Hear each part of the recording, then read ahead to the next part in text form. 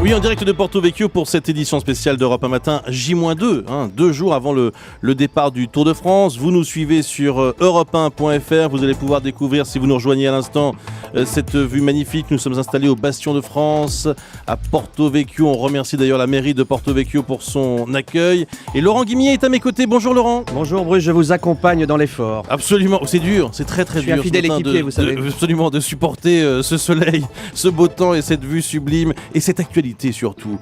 Vous passez ce matin au détecteur de mensonges. Notre consultant Richard Virenque. Oui, Richard Virenque qui s'est enflammé hier dans Europe 1 Soir au micro de Nicolas Poincaré. L'affaire Jalabert révélée à quelques jours du Tour. Chaque année, c'est pareil.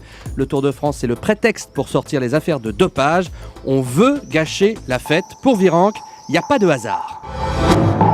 On est au départ du Tour, on n'arrête pas de parler dopage. Vous croyez qu'au départ de la Coupe du Monde de foot, on parle de dopage? Vous croyez qu'au départ de Coupe du Monde de rugby, pareil, on parle de dopage? Alors, Richard Virenque laisse entendre que dans le cyclisme, les affaires de dopage sont toujours révélées à la veille du Tour de France. On peut ajouter d'ailleurs, si vous étiez avec nous tout à l'heure à 8h moins le quart, c'est aussi ce qu'a sous-entendu Christian Prudhomme, le directeur du Tour, qui était notre invité. Bon, c'est vrai ou c'est faux ? C'est vrai. Pour vous le prouver, je me suis replongé avec l'équipe du Vrai Faux de l'Info dans les archives des affaires de dopage depuis 1998. Ça fait 15 ans, c'est une période suffisamment longue pour le prouver. Et 98, c'est, surtout on s'en souvient, le déclenchement de l'affaire Festina.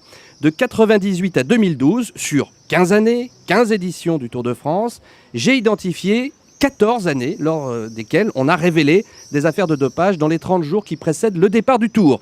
14 années sur 15, oui. Là on ne peut pas parler de coïncidence, donc Virenque a raison.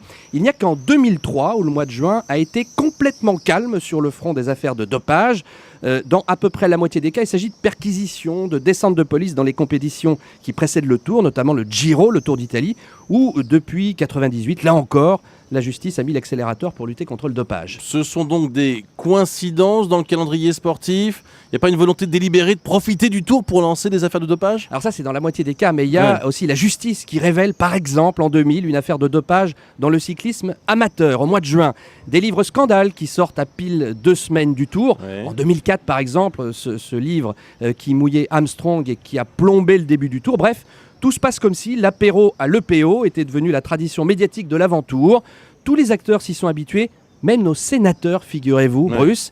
Ils ont décidé de rendre publiques les conclusions de leur commission d'enquête sur le dopage le 18 juillet. Et vous savez ce qui se passe le 18 juillet? Vous allez me le dire. C'est le jour de la grande étape des Alpes dans le Tour de France, à 3 jours de l'arrivée. C'est sans doute là encore une coïncidence. Oui, bien sûr. Merci beaucoup, Laurent Guimier. Ça méritait des explications parce qu'effectivement, c'est ce qu'on entend depuis quelques jours. Et les faits sont là, les faits sont têtus. Merci beaucoup, Laurent.